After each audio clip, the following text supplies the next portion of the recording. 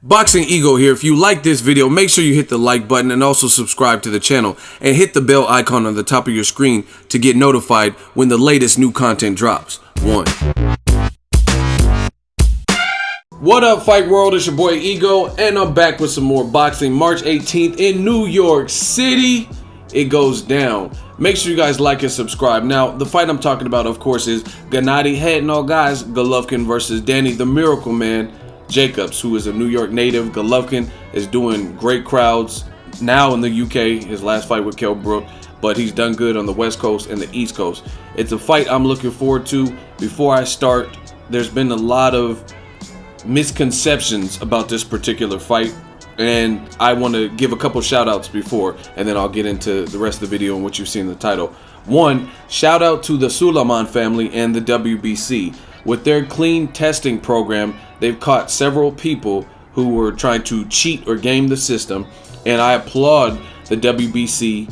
Pretty much the most coveted belt, the green belt that everyone respects, rich history in boxing, and I applaud them for doing this testing. Now, Floyd Mayweather made a big deal about this initially when the Pacquiao fight was in talks, and people laughed at him. They said, oh, he's just scared, he's finding a way out, he don't want to fight Pacquiao. And obviously since that time, that's proven to be false. They fought, and we've seen how many people tried to kind of game the system. So I applaud the WBC for putting their foot down for their brand, for their organization, and taking a stand to make this and make competitive fights and champions and title fights on an even playing field. And I think they've been doing an excellent job because, of course, we've caught some people who weren't trying to be on the up and up. Second shout out to Gennady Golovkin and Danny Jacobs. Without a doubt in my mind, this is the #1 and #2 current middleweight. Golovkin being the super champion, he should be ranked #1. He's the guy that's feared. He's the guy that has more knockouts in a row, and he's been doing good. Now, this is a fight, in my opinion, the elevation of competition, and this is all we can ask for from a champion. Jacobs, he was under criticism before. Some people are like, oh, he don't want to fight, he's going to price himself out, and he proved that to be false, and now we're getting the fight. So shout out to Jacobs as well. So now let's talk about the fight. March 18th, it goes down. This is just a good fight for boxing. It is HBO pay-per-view. Hopefully it gets the recognition and the buy-in from the boxing public. We should support good cards and good fights, whether it's on Showtime, HBO, if it's pay-per-view or not. If you're a true boxing fan, then you should support if it's in your means. Now, on the card, they have Roman Chocolatito Gonzalez. They've been doing this Golovkin-Roman package deal, and I think it's been working so far. They're producing solid numbers, both attendance and viewership. So why, if it ain't broke, don't fix it. You know what I mean? Keep doing it. Roman's been successful and been a hit ever since he had his HBO debut, so keep the ball rolling. So I don't know how many consecutive fights that they've shared, but I know the Triple G Lemieux, then they had the twin broadcast, one from the UK for the Kell Brook fight and Golovkin, and then they had the main event on HBO at night that time in US time. They had Chocolatito fighting Carlos Cuadras. Now, I would have liked to see Carlos Cuadras rematch, and I think that would have definitely sweetened the pot and made this pay-per-view worth it.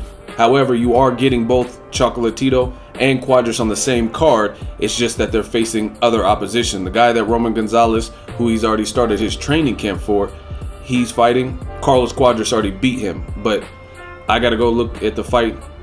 It's a guy with some power. He's confident that he could beat Roman Chocolatito. And then you have Carlos Cuadras, who was recently added. Again, I would have liked to have seen them rematch because the first fight was the fight of the year, a non-stop action fight of halves. But they're fighting on the same card. It's just they're fighting other people. And hopefully we see them rematch in the future should they both be victorious.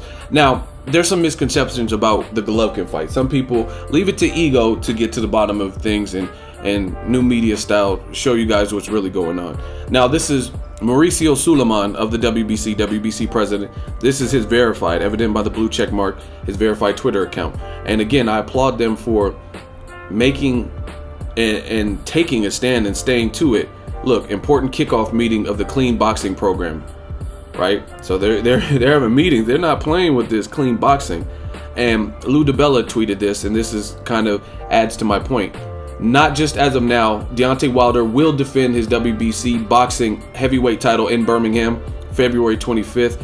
Also on that card is my dude Caleb Plant. I got an exclusive interview. I'm out here for the Carl Frampton Leo Santa Cruz Part 2 rematch. I got to catch up with my dude Caleb, and he's going to be on that card, so tune into that. I don't know who Wilder's fighting, but his opponent he was supposed to fight of Poland, Andre Waworski, he failed his drug test, and it was an anabolic steroid. It later came out that it was a steroid. It was stanozolol, and Lou DiBella continued by saying, "Stay tuned, proud to promote a clean champ." And then he mentioned Sulaiman, right? So the WBC is doing a great job. VADA, USADA, and I guess he's explaining how the guy got caught in the Wilder situation. This fight was contracted for out of competition surprise testing. This is how tragedies are prevented. And again, I can't stress this enough. Me being a competitive person, there should be no room for cheats, because especially in the heavyweight division, one punch can, if you weigh 240, 250, 260, one punch you could leave somebody really permanently stretched or brain dead or whatever. Look at Mike Perez versus Magomed Abdusalamov. I mean, this guy, his life is completely impacted, and he's almost like a vegetable or whatnot now, based on a brutal fight. So there should be no tolerance for this. You know what I mean? If you can't beat someone based on your skill and your level of training and stuff, then you shouldn't even have a boxing license. But Sulaiman also said, "There's no other way but clean boxing. Protect our boxers. Stand tall with VADA testing. Clean boxing program. #WBC." Again, this is all great stuff.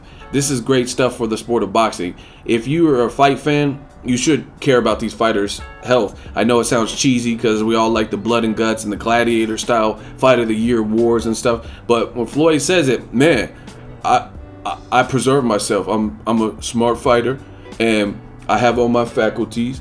Health is most important to me. I mean, if you really are a true fan of the sport and humanity in general, you should at least be able to understand it. Of course, we like the Ruslan Provatnikovs, the guys that don't have defense and they're just in the war no matter what. But boxing is made up of multiple styles, and at the end of the day, no matter what style, it should be a clean style where if you win, it's because you were the best slugger naturally. You have vicious power naturally, or you're the slickest person naturally. It shouldn't be like, oh, I'm on EPO, so I'm not, in addition to having a good defense and slick, I'm the Energizer Bunny and I can never run out of energy. You know what I'm saying?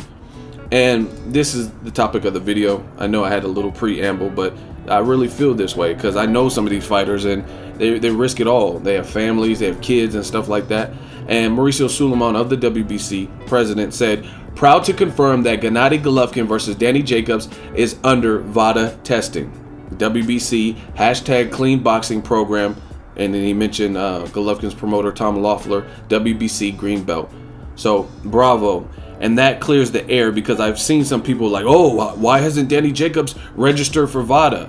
And they were making it like he was on something and things like that, or on like Triple G's on something. They're both part of the program. So that dispels all rumors, and you heard it from the horse's mouth, a person involved with this particular fight, and a clean boxing program. You know what I'm saying?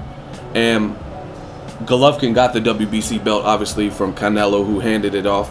Golovkin currently has 4 belts at middleweight, and they're going to consolidate the WBA. The winner will get the Super WBA title.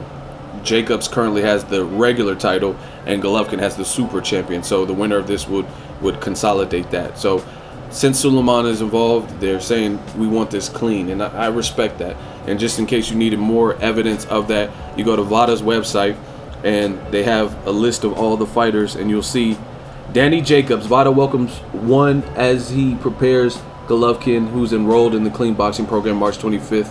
It's actually March 18th at Madison Square Garden.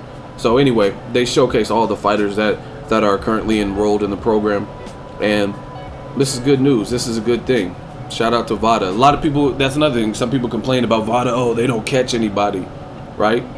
But they just caught Wilder's last 2 opponents. So, I mean, it's better than state-regulated testing, because there's more ways to circumvent or get around those tests, and that's apparent. So shout out to all the fighters that are doing it. Shout out to Golovkin. Shout out to Jacobs. Especially a fight like that, you got to look at it. I'm not casting stones. This is questions that people have that ask me and stuff like that.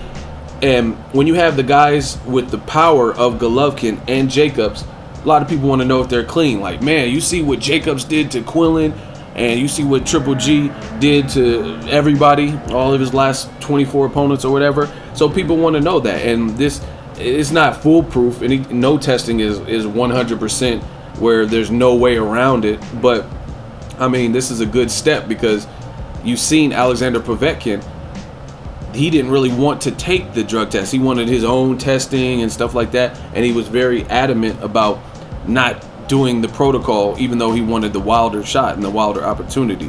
So I'm just glad, man, because this is a big fight for boxing, and you have two monstrous punchers, and whoever wins, credit to them. They're going to win off of their skill and doing it the natural way. And that's what you want, especially from two punchers. These guys have too much power in their gloves to be cheating on top of that. So for the record, they are both, for their Madison Square Garden March 18th Golovkin-Jacobs fight, they are both enrolled in the VADA testing program. Should that change, I can make an updated video, but as of right now, to clear the air, because people said different stuff and said Jacobs is not part of it, or Golovkin, that is the full story, and I showed you the proof. Let me know who you think wins this fight. Great fight for middleweight, 2017, it's lit, a lot of action. Drop it in the comment section. Make sure you share the video, like the video as always. Hate, comment, and subscribe. Till next video, it's Ego signing off.